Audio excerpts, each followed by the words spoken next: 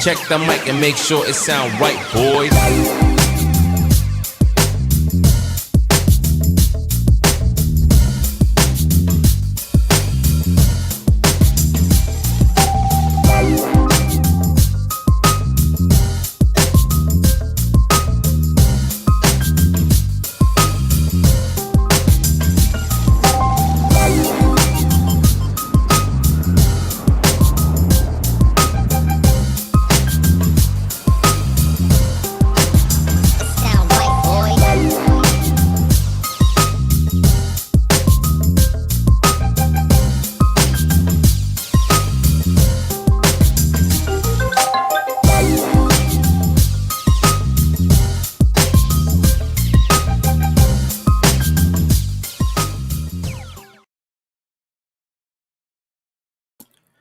Right on, writers. Welcome.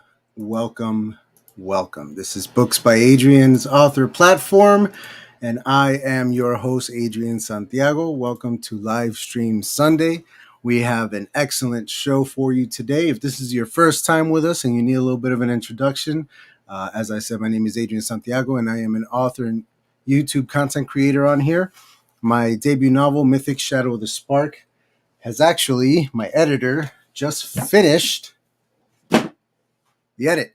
That's it. All done. Now I have to go in and fix all this stuff. But yeah, it's coming.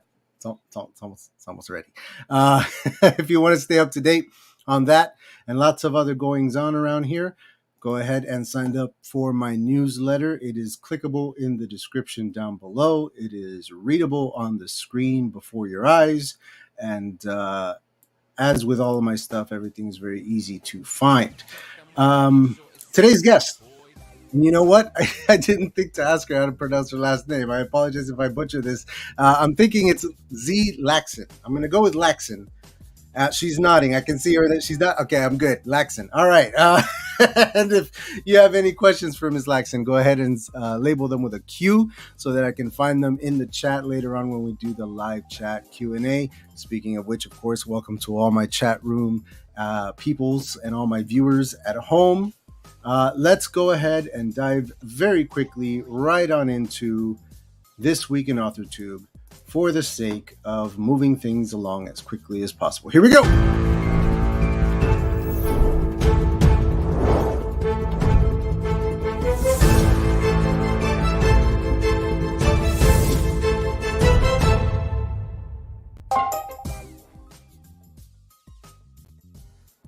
Like that smooth transition with that music. I've been working on it. All right. So This Week in AuthorTube. So it's November, and as you guys know, that means that AuthorTube is just NaNoWriMo right now. Everything, everywhere is NaNoWriMo, and most of that is sprints. And I don't really cover sprints on This Week in AuthorTube because, you know, sprints are kind of like every day, and you do them live, and they come and go, and people don't usually go back and rewatch them. They just join in the next one, and it always makes sense. So we're not going to do any NaNoWriMo sprint talk. Instead, we're going to focus on this very interesting gentleman. First up, we have this guy. His name is Daniel Arnold, and he has an author journal episode which he's calling the Zertello Expansion, which is all about his Zertello series and how he is expanding it into other formats. And so he is going to be recording an audiobook, which is very exciting for him. This book, I believe, came out well over a decade ago. So it's interesting that he's going to go all the way back to the beginning of his catalog and start there for his audiobook. So that's cool. And he also has plans on converting it into a graphic novel. And then he has plans on putting the audiobook and the graphic novel together on YouTube. And so that all sounds freaking fantastic to me. So go check out his channel, clickable down below in the description, and let him know who sent you. And subscribe and support the dude. He's doing crazy stuff. All right, let's check it out. Next up, we have Vicky York. And Vicky York's video is all about how to outline on Scrivener. I am all about these how-to videos.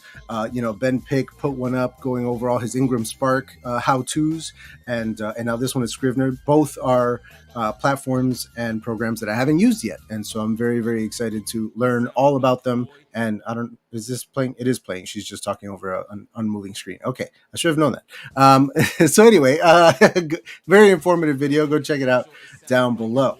Okay, enough of the business. Let's get to the crux of it all. We have today the author of Reverie and Revenant. And judging by the covers, this one for Reverie and then this one for Revenant, we're going to cry, folks. When we read these books, I have a very strong feeling tears will be shed. So let's find out how accurate I am. The one, the only, Zee.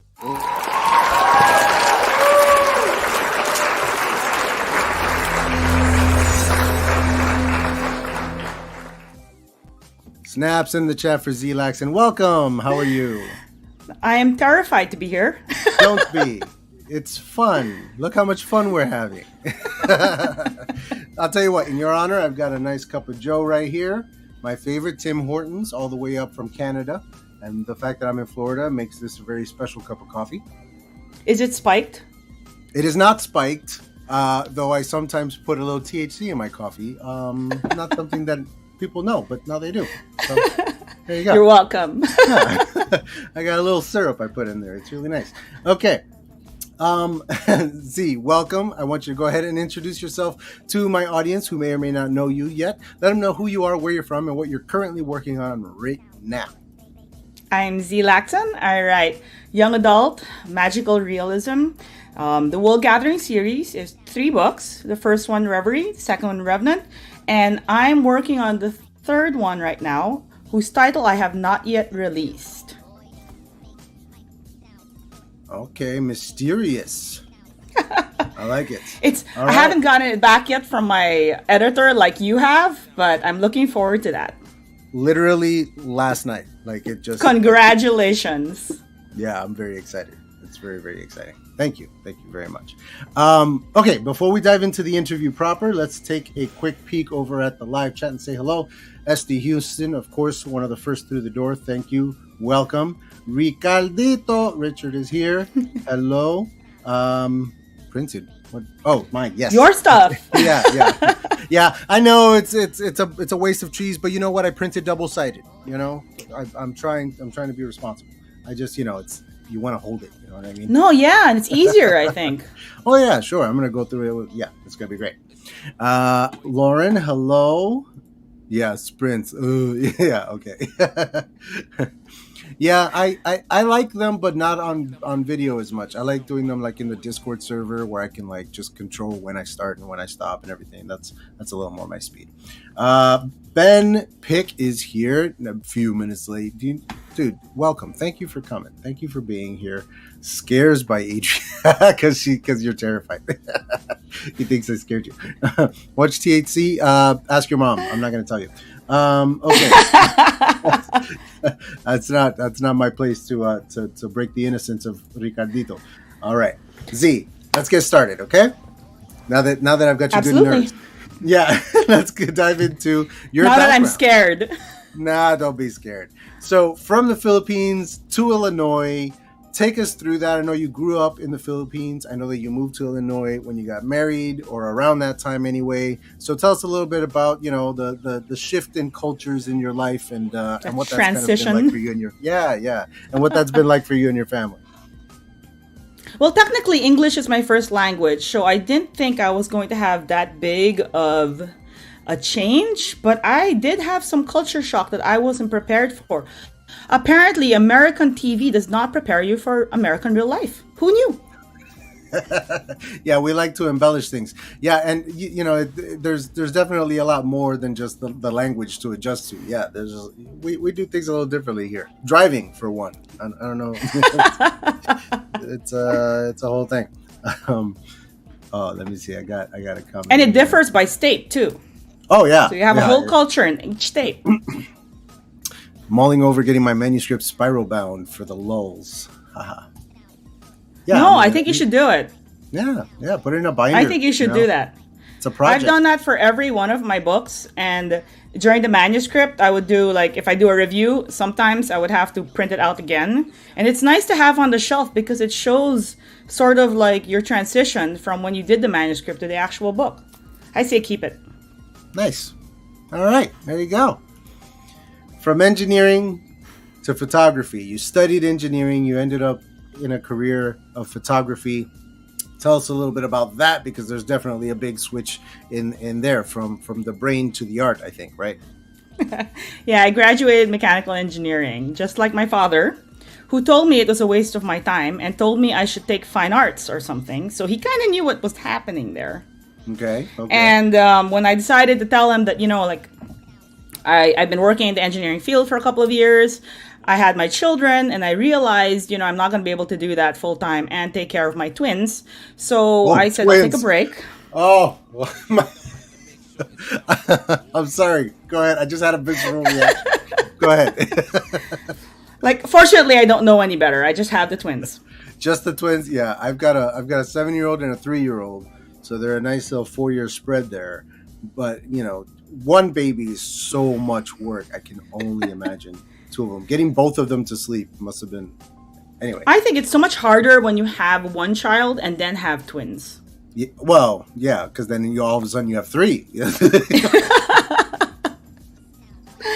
But I did. I told him, like, I'm not going to be able to do this, but I needed to find a job for, getting some income. And I thought, if I'm going to work for that just for the money, I might as well do something fun while I was at it. And for sure.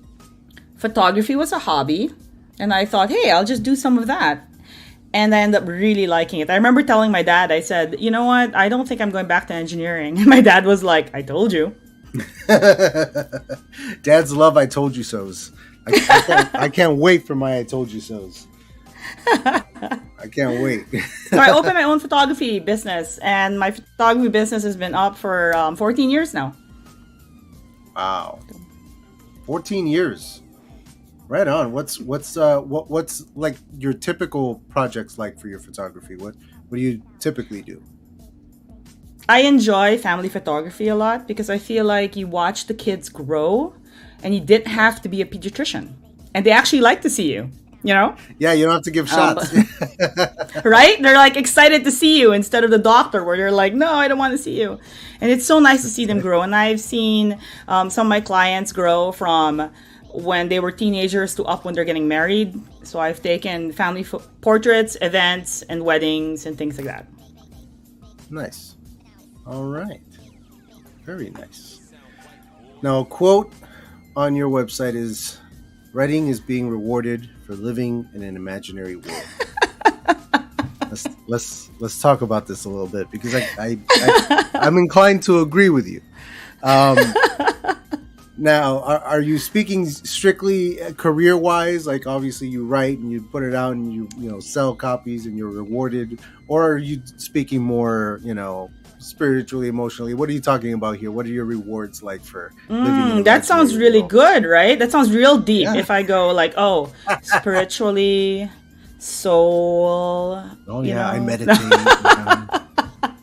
When you're a kid and they keep telling you like, be realistic. You're going crazy with your imagination. Oh, that's whatever, like dreaming or stuff. And so when you're a kid in school, you're actually taught to be more realistic and to stop living in that world for the most part. So it's nice that when you're a writer, you get to live in that world and people like it. Instead of tearing you down, it's what you're supposed to be doing. Yeah. It is what you're supposed to be doing.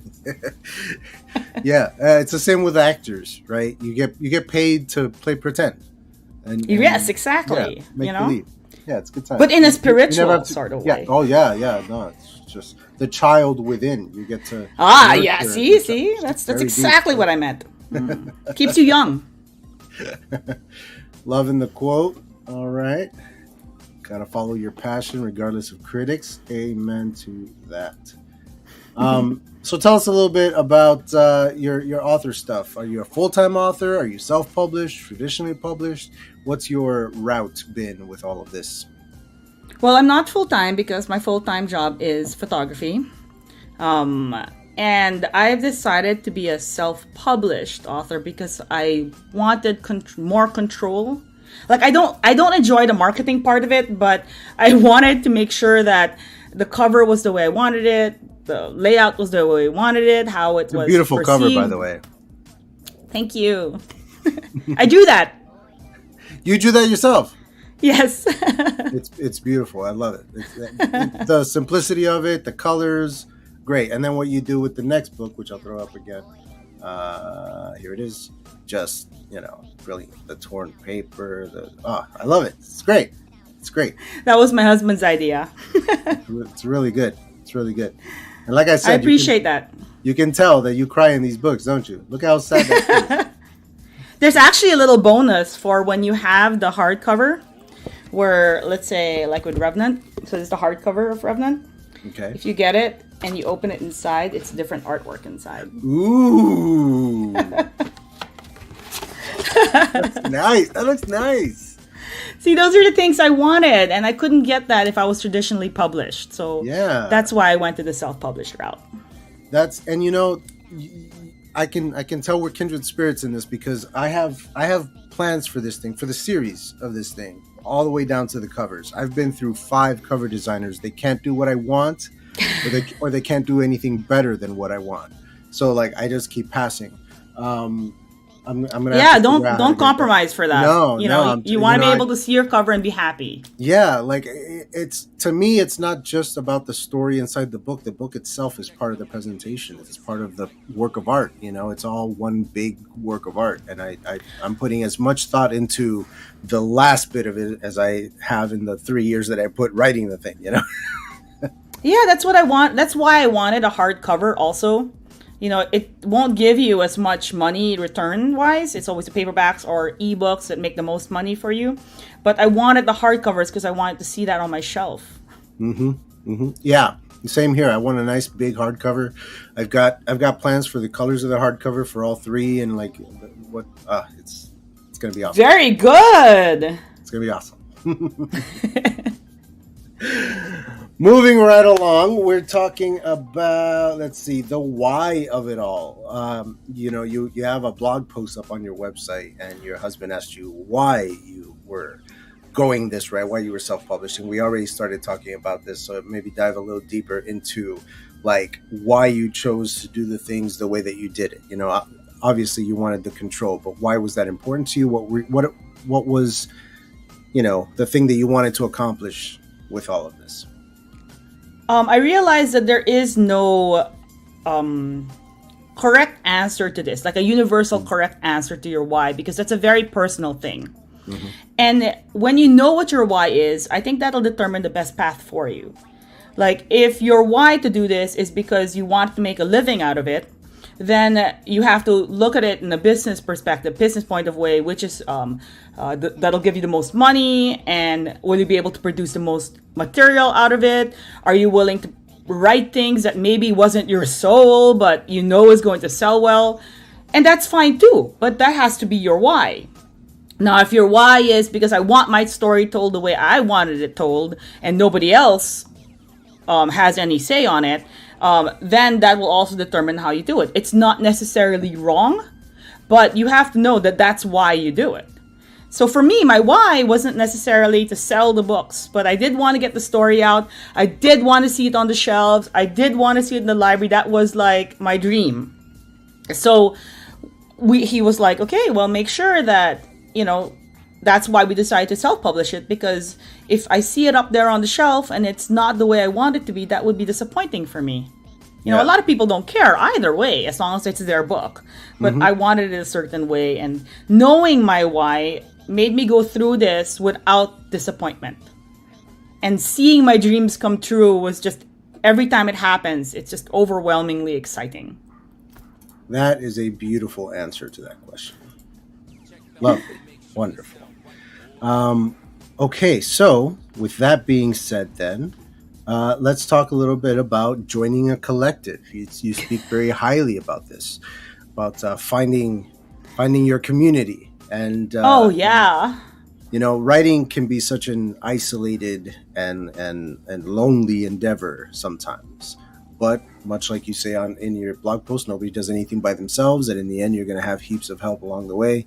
So let's talk a little bit about that, about the community that you have found and how they're helping. It's like you're saying, people think that writers, their envision of a writer is a lonely mountain somewhere in a log cabin where they speak with nobody, and they have like an old school typewriter, and they type their way and they come up with a masterpiece out of that. That's honestly my dream. You're just like describing. See, right? It's Go ahead. That's how they think.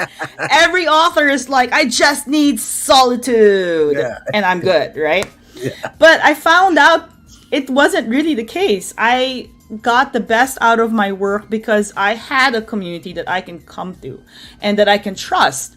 And I think majority of what happened for Reverie, what catapulted it from a manuscript that I wasn't happy with something I was ready to publish, was because I found my little collective and I trusted them. And I would put out some problems I had, like, oh, I'm not so sure about this. And the community would come together and be like, hey, how about this suggestion? Or this might not go real well. And the best thing about it is you don't have to take every single advice. It's advice. Mm-hmm. You take what you think is going to work for you, and then you leave the ones behind that you think isn't your style. And that's okay. Because your community isn't going to take it personally. I mean, your right community. Right. Exactly. Yeah. The people that really care about you. I saw this movie recently called, I think, Authors Anonymous. I think it was. Have you heard of this? It's about a writing group. Like the most toxic writers group. Oh, great. So toxic. Like, it was when somebody was actually achieving something, the others were like very jealous. And then they wanted to take her down. They wanted to use her. It was like so toxic. And I'm glad I actually saw that after I found my community, because then that would frighten me to no end. Scared you. Yeah. Right? It's one of the reasons I never, went into acting, even though it's something that I always found very fun and interesting. The horror stories that you hear of how they just want to oh, you're succeeding. That somehow makes me a failure and I have to tear you down. And it's like, what are you talking about? There's plenty for all of us, man. Let's just... Yeah, and I think for authors particularly, because, and I always say this, right? When somebody who is your market, right? When they read a book, that's not the only book they're going to read for the rest of their lives. It's not the only product they're ever going to buy. They're going to buy your book, and people that you like and authors that you like, they'll buy all these books. You share the same reading community. Yeah. And by the way, spoiler for everybody, most people buy books and then don't read them. They just sit on their shelves for a really long time. So it doesn't matter anyway. Nobody's reading your book. They're just buying it. Richard says there's some real queen bee personalities in this community who think it's their way or the highway. Yeah. No, that's true though. Yeah. And the thing is with the communities, you have to figure out because there are toxic people in the community. It's everywhere. There's always going to be somebody toxic. But the thing is, not everyone is like that. So what you have to do is identify who the real people are and stay away from the toxicity of it all. Yeah, so when you do find your community, it will help you. Yeah. Oh, that's true. See, everything is soul and spiritual and for the world and your life. Yes, it's all connected. We are all one. We are stardust. Now, the real topic at hand. Your favorite coffee shop and your favorite sushi joint. Because I understand you like both, but not together. They don't always go well together, right? No, I don't think they do. These are two very separate things. Favorite coffee shop, I am inclined to say Something's Brewing. It's a local coffee shop, and I know the people there. Mm-hmm. And I know, right? It's a great place to be. It's my office away from home. I'm like, let's meet over there. And it's convenient to get to. So Something's Brewing in Gray's Lake is my favorite coffee shop. That being said, there are a bunch of other local coffee shops around me, like Daisy's Artish Cafe. Things like that is they're lovely too, because it's a great environment to work in and to meet and to have all your creative coffee juices happening. Java's life. Beautiful. It sounds good. I like that. Sounds good. And what about sushi? What's your joint? Well, in Japan,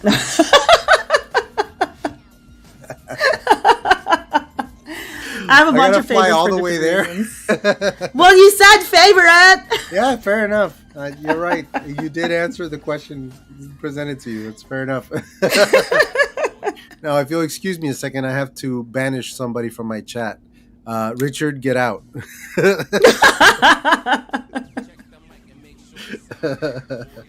Oh, man. I believe she means to say Z. You're doing a great job. See, I like her. Yeah, she can stay. 2021 Illinois Author Project finalist. What is the Illinois Author Project? And congratulations, whatever it is. Thank you. So the Illinois Author Project works with local libraries, I believe. So it's actually, I think the Indie Author Project is all over the United States, and then each state has their own. So then they get their finalists, and then they get their finals, and then they pit everybody like together in the whole. Richard doesn't like you very much. He loves me. He thinks I'm hilarious. So yeah, they work with the library. So when your book's in the library, they'll check it out. Their whole purpose, I believe, is to give a spotlight to indie authors. Nice. Right. So I didn't realize that my book was in there. It was in this at the first time. It was in the semifinalists, and when I found out, I was super excited. No, I didn't know because I didn't get an email. It's a nice surprise. It just said. My husband was like, "Hey, can you enter this contest?" And I'm like, "I'm in the finalists." But and I found out I was in the finals, and it just blew my mind. There were 3 finalists for each category that they had there, and the people I was with, I was blown away to be in that category with them, and I was just like, so that's nice. Crazy. That's real nice. Oh yeah, it was. It's always good to be in good company. You know, have respectable peers around you. The term where you say, "Oh, I'm sorry. Go on." No, go ahead. No, I was going to say, you know how they go, "Oh, it was just an honor to be nominated." And you think it's total BS that they're saying that. But like, I was like, "Oh my gosh, it's real. It is an honor just to be nominated." Well, I heard a quote. I can't remember where I heard it, but somebody smarter than me once said that if you're the smartest person in the room, you're in the wrong room. And so I try to live by that. I try to surround myself by people who are more intelligent than me. And so when you get, ushered into a thing and you look around and you respect everybody around you, you're like, oh, like this is nice. Like there's some good people in this room. Like this is a good room. Right? You're caught in between I don't belong here to, oh my gosh, I can do this. Yeah, exactly. All right. It's that time. Pitch Reverie to the audience. What is it? Why should we read it? Reverie is a story about a typical suburban teenager, and she dreams about a boy who's troubled and very different from herself from a very strange place, and she falls in love. And now she has to decide how far she's going to go to chase a dream. Beautiful. All right. Thank you. And then the sequel is Revenant. Is that right? Is it a direct sequel or is it a different story altogether? It is a direct sequel, actually immediately following the events of Reverie. So I would only assume that pitching this book would be a spoiler to the first book. Very good. It is. I can tell by the I have a theory of what happened to the first book. We can just say, without spoiling it, that the same character starts having nightmares. And that's something else that she has to deal with now. All right. Look, I'm not the only one punishing Richard. He's being sent to timeout. It's not just me. Everyone agrees. All right. Is that And you bullying? are- That sounds like bullying? we bully out of love here. We just love Richard, so we just beat the crap out of him. It's okay. He deserves it. One more. One more. You are writing one more in this series. Is it the last one in the series? Are there more after that? What's the plan? It is the last one. The final. The big end. So it's just the trilogy then. Yes. In that case, what Yes. do you think will be coming after this series? I imagine you'd be starting something new. Yes, I'd probably sticking in the young adult genre, but a little bit more serious. Excuse me, I just burped. It was very rude. That's exactly the reaction I was going for. I tried to hit the mute button, but I didn't get to it in time. I apologize. It's very rude. It was such a yummy idea that you had to burp. I like the way you think. I got to keep you around to explain my bad behavior more often. This is nice. This is very good. Is my music playing? Why don't I hear it? I don't hear it. You're gonna have to start singing. Nope. I refuse. I have a terrible singing voice. All right. I think this one's playing now. There we go. All right. We'll go with this one. So, all right. Now, I did see that you have a YouTube channel. I think most of what I saw there was promos for the books, but do you have any plans for that thing? Or do you have any ideas moving forward with YouTube, or is it just there to promote the books themselves? Oh, this absolutely terrifies me. So this is definitely going to just be reels of the books. You're doing great. I don't know what you're so terrified about. You're better than me. I'm the one burping on mic like an amateur. Writing routines that you swear by. Things that you think might be helpful to newcomers.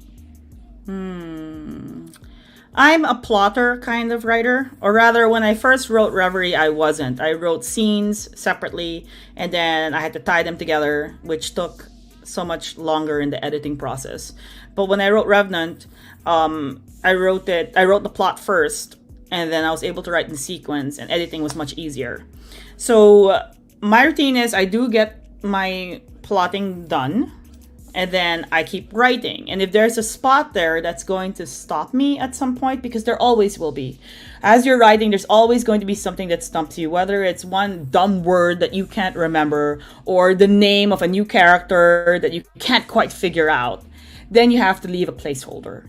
Placeholders I never did before, and when I started doing placeholders where you just say, insert description here, and come back to it later, or insert name here and come back to it later, was a lot faster. So it was a more productive type of writing routine. Swear by it. Oh, you're muted. Thank you.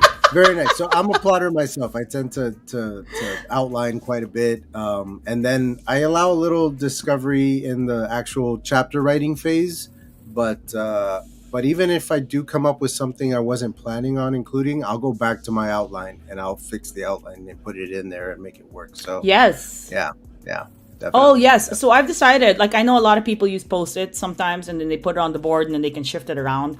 And originally I just had a notebook and I wrote my plot like I would a flowchart. Okay. Then when I started having to add things in between, then it would be like, oh, here's another arrow, here's another arrow.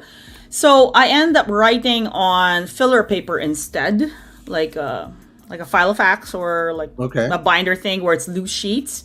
So then when I have to add something in it, I just open it up and slide it in. It makes it so much easier than trying to find my flowchart all over again. Nice. That's a good little piece of advice there. I like that.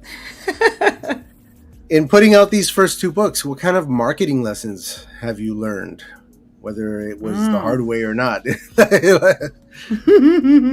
you learned about marketing your books? Okay, I'm not very good at it to begin with, but and I'm still struggling with certain things. Like being in front of the camera is not something I'm super comfortable with. And I know a lot of authors aren't. I mean, that's why we write. We hide behind our writing and our books, and that way we don't have to talk to people. Yes, we don't have to socialize. We don't have to people. We just book. Right? Yeah, that's why we want the cabin. Yes! But the problem is with marketing, you have to people. So, Yeah. people. Peopling as a verb. The People. best marketing advice is to people as a verb. Oh, and you know Oh, what? Here, yes. that's a good one. When you told me to pitch my books, if you can summarize your books in one sentence, then you should have that ready before the first time you people. Fair enough. That's also very good advice. When I'm plotting before I actually sit down and write chapters, back when I'm outlining or whatever, I usually begin with the snowflake method, which I don't know if you're familiar. You condense your entire idea for the story into one sentence. You spend like an hour rewriting this one sentence over and over until it's perfect and tells everything you need to tell about a story in one sentence. And then you work for just as long to expand that one sentence into a paragraph. And now you have a full Oh. paragraph describing your entire story. Again, very good if you want to have like an elevator pitch or something like that. Like you can just hang on to that forever. Same thing with that first sentence. But you can keep expanding that. Every sentence in that paragraph can be a paragraph of its own, and so forth and so forth. And it grows like a snowflake. And in the end, you have a novel. But I just use it for plotting and outlining in the beginning. But yeah, I tend to keep that original sentence and that original paragraph around because it works for that kind of stuff. It works for like elevator pitching and stuff like that, blurbs. And That's great. Usually, isn't it the opposite? Usually, everybody has their novel written, and then they have to find a way to condense it. Yeah, for some reason they find it very hard to do so. I haven't had to do that yet. I'm assuming that I'll rely mostly on that from the snowflake method. But yeah, I hear horror stories about blurbs, so we'll see when I get to that. Now, publishing lessons that we have learned along the way. What do you got in that side of things? Dealing with publishers, dealing with booksellers, anything that you had to learn the hard way? Make a very healthy margin between when you order the prints and when it arrives. Let's not wait till the last minute and have your launch and wonder if your books are going to arrive in time for your launch. That is just too frightening. So order early. Get your books early. Especially because the first publishing I did was in 2020 and there were so many delays. So it took 2 months before your books might get to you. And some will be longer. This is an oxymoron. Introverts don't unite. We separate. We can unite, we just don't talk to each other. Yeah. Unite silently. Just quietly huddled together in a room. You're welcome. I'm sorry. Continue with your publishing. Oh no, that was it. Okay. Have good margins. Now, writing itself, sitting down, getting the words down. What's the best writing advice that you've either gotten or given? Because that works too. So this writing advice that I just received was this snowflake method, where you start with one sentence and then you expand. I blew your mind, didn't I? He's like, That's excellent writing advice.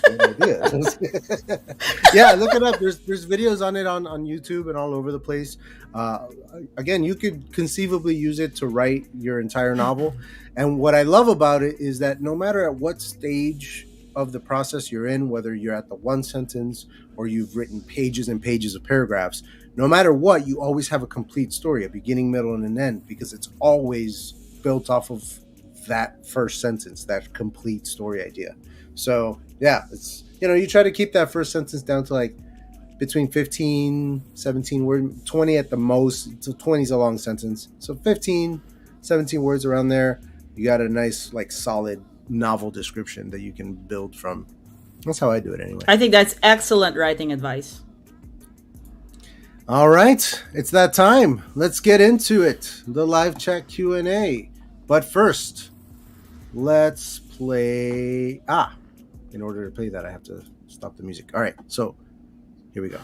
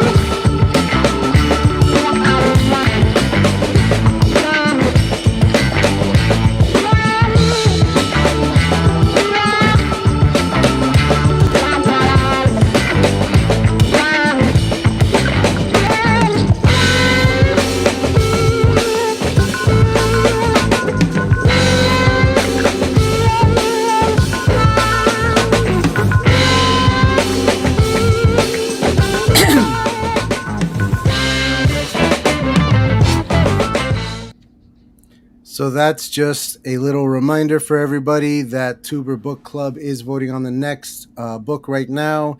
Sign up to become a member if you're not already. It's free. If it's free, it's for me. That's what I always say.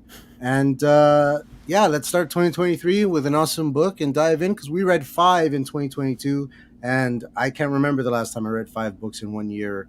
So thank God for the book club, because otherwise I wouldn't get any reading done.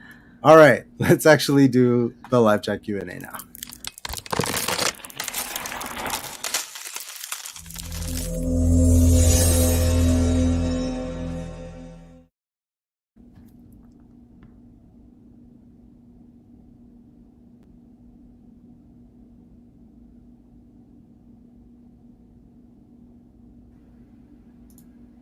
Where is it? Here we go. What drew you to writing in the YA genre or category? I believe YA is a category, and then you have genres within the category. But yes. Oh, that's a very good question, actually. And I believe that the age of young adult is a very unique age, because you're too young to worry about the difficulties of adulting, such as paying your mortgage or your insurance bill. But you're old enough to think about the meaning of life and your purpose in it. So it's that sweet spot in between childhood innocence and adulting stuff, that where you can actually think about the world and be serious and ruminate and all that. So that's why I wanted the YA genre or category, is because I thought that that was a very interesting margin to be in. I like that. That's a good answer. And you're right, because, you know, those YA books, like you said, they're not bogged down with like the things that you worry about as an adult, you know, the actual like day-to-day issues of making sure there's a roof over your children's heads and all that stuff. You're a little more free to be overly dramatic about horrible things happening, you know, and freak out. Yes. Yeah. And you're excused, you know, like as if a teenager overreacts to something in a YA book, it's understandable. Yeah. Versus like if an adult overreacts, you're like, seriously, what a whiner. But if a teenager does, you're like, well, they're a teenager. Nobody likes a whiner. What authors inspire you? Oh, one of my favorite YA authors, and you know how you said you had difficulty with my last name, that's why you weren't so sure. I just hadn't heard it out loud, so I wasn't sure, but yeah. Yeah, so Maggie Stiefvater. Sounds like a hard one, yeah. It's so hard. And I checked her website so many times on how to pronounce it. And she does. She has like, this is how you pronounce my name. And I keep practicing and I keep failing. She's the author of the Shiver series and the Raven Boys series. And I love how she writes. I'm just letting the chat know that they can still get some last minute questions in before we wrap up. All right. Any other authors that either or maybe influence your work or anything like that? Any other authors that stand out to you? The thing is, I used to read a lot of sci-fi and not so much YA, and yet what I'm writing is YA. So it's very interesting how what I read is not exactly what I write. Although I think it's only very limited time that I'm going to be writing YA, because now the way the teenagers talk, I can't follow their... Oh, well, you know, I hadn't thought of that until this second, but that's an interesting, you know, kind of conundrum, because writing YA, you want to, you know, write it in a way that will be relatable to the kids who are going to read it. And so, you're going to want some colloquialisms and whatnot in there, but at the same time that also dates your book, and in a few years they're using new slang and they're going to be, you know, like, oh, we don't talk like that anymore. So that's an interesting kind of issue that I never really thought about with YA books. I actually caught that problem when I started writing Reverie, because I started writing Reverie as for fun, never thinking that it would be published, like back in 2009. And back in 2009, kids were listening to things on a CD. So I have a scene where she's listening to music on a CD. And so when I was ready to publish, I'm like, well, I guess I'm gonna have to change that now. I mean, yeah, unless you like make it a period piece and date it in 2009, you know, and That's what I said. I go now, if I have to write YA things, it's going to be YA in the 90s, Yeah. YA in the 2000s, YA in the 80s, but it's never going to be now. That's so funny. It's like when Saved by the Bell went through like all the different versions, right? You had the high school version, you had the college version, and then like the college version ends with them all growing up and getting married or whatever. Yeah. Very different challenges. And it's challenging. The different challenges for young adults now are very different from what it was like 10 years ago. Sure. Yeah, the things that they worry about, the things that they're confronted with. I mean, good grief, the stuff that goes on in schools these days, it's bananas. Exactly. Favorite romance film? Ooh. Since there's a bit of a romance in your book. Princess Bride. Nice answer. Yes. Because everybody throws that out for a fantasy movie, but it's such a like epic romance, isn't it? It's most romantic. Death cannot stop true love. It can only delay it. Come on. I will stop and watch Princess Bride every single time. Absolutely. Absolutely. Inigo Montoya? I mean, come on. Can't go wrong. He's a winner. Andre the Giant? Lovable. It's the best. Everything about it. I love how polite they are. Everybody's polite. Hardest part of the writing process for you? Editing. Editing is the absolute hardest. Do you think it's the hardest for you because you weren't as much of a plotter before? Is it getting easier for you now that you are? How's that Oh change? no, editing is always hard. Oh, good. Good to know.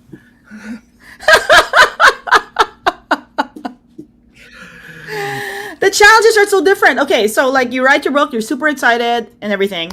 You make some mistakes, you're like, fine, it's just grammatical mistakes. And then it'll be like, oh, these are crutch words. Okay, I have to change the crutch words. Okay, this is something else you have to change. And after the 220th time that you read your book again, sometimes the magic sort of like disappears a little bit. And then you get so frustrated. So then there's like all these dips and highs in editing that, it's definitely the hardest part. And I In have the to writing figure, process.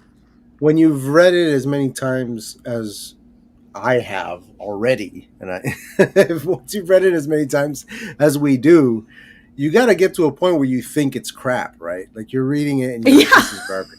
This is absolute garbage. Like, Right? Because you've gotten to a point where you hate it now. You've read it so many times. And everybody's like, no, it's really good. And I'm like, you've only read it once. This thing is garbage. It does. It goes. It'll go in the like different stages. And some stages you're like, oh my God, it's the best thing I've ever written. And there are stages that you're like, oh, really? This is so lame. So, and I think that happens particularly at the editing process. Makes sense. That's where all the skeletons come out. Where are my? Oh, here we go. Aren't you excited to start the editing process? I mean, I've already started. Like she was sending me, I have access to the files while she's working on them. So I worked on the first few chapters already. I've rewritten a couple of chapters, but yeah, I still have a long way to go. I still have a good 3/4 of this thing to go through. Yeah, it's it'll get out eventually. It'll be in stores, and I'll be happy, and everybody will rejoice. Ben Pick says he still complains when YA protagonists are too young. That's true. That's true. It's a little bit more forgivable, but yeah, if it's way too much, that's really annoying. Yeah, for sure. Or if they're just too stupid. When your book reads as crap, you take a break and then come back to it. Yeah. Unless there's a deadline and you just can't take a break and you're just like, I'm just going to edit the crap. It's just going to... Well, I don't know. Even a break is like, have a cup of Java. That's a break, right? Yeah. Just, step away. Maybe a glass of wine if you need something a little stronger than Java. You know what I'm saying? Absolutely. I'm a proponent. Ms. Lacson, was there anything that you wanted to cover today on the show that maybe we didn't get to? Something you wanted to No, let I'm everyone very know impressed about? that we talked this far. We have zipped right through it. Yes, I've run out of questions, and you know, like we're just gonna go ahead and start winding things down here. But you have been a wonderful guest. Just stick around. We're gonna do Typewriters Podcast next, and everybody gets to watch that next Thursday, this coming Thursday. So I'll just go ahead and give you the floor one more time to say goodbye to everybody. Remind them, obviously, all your links are in the description down below, but remind them what you have coming up next, if anything. Oh, absolutely. Thank you very much. It's so nice to be here. We have Reverie's out, Revenant's out, and this is the time to catch up on that because the last book is coming soon. Should be here the beginning of 2023, so it's a great way to start the year. It's also on sale on Amazon, so that's the best way to get it, right? Nice. Beginning of 2023. That's when I hope to have this thing out, but we'll see because we're already 2 months behind schedule. But we'll see. Everybody, the next episode of Tuber Book Club will be the Bradley Lejeune interview. Bradley Lejeune is an amalgamated human being. He is actually two men, Martin Bradley and Malcolm Bradley and Martin Lejeune. Martin's going to beat me up for that later. So come back on the 22nd, which is a Tuesday, 4 p.m. for that interview. That is also when we're going to announce the winner of the poll for the next book. And then we'll be on a little bit of a hiatus for the holiday season and for me to get things done. This coming Sunday, we have our next live stream Sunday episode with Chris Cole. He is the author of Puppy Love and Avoiding Aiden and several other books. I believe he's written 4 or 5. This gentleman is on his way to becoming prolific. So let's go ahead and get excited for that episode. Miss Lacson, thank you one more time. This has been fantastic. And we're going to go ahead. I didn't mean to do that. We're going to go ahead and say goodbye to everybody at home. Thank you guys so much for being here. Thank you, everybody in the chat, for participating. And Write On Writers, we are out.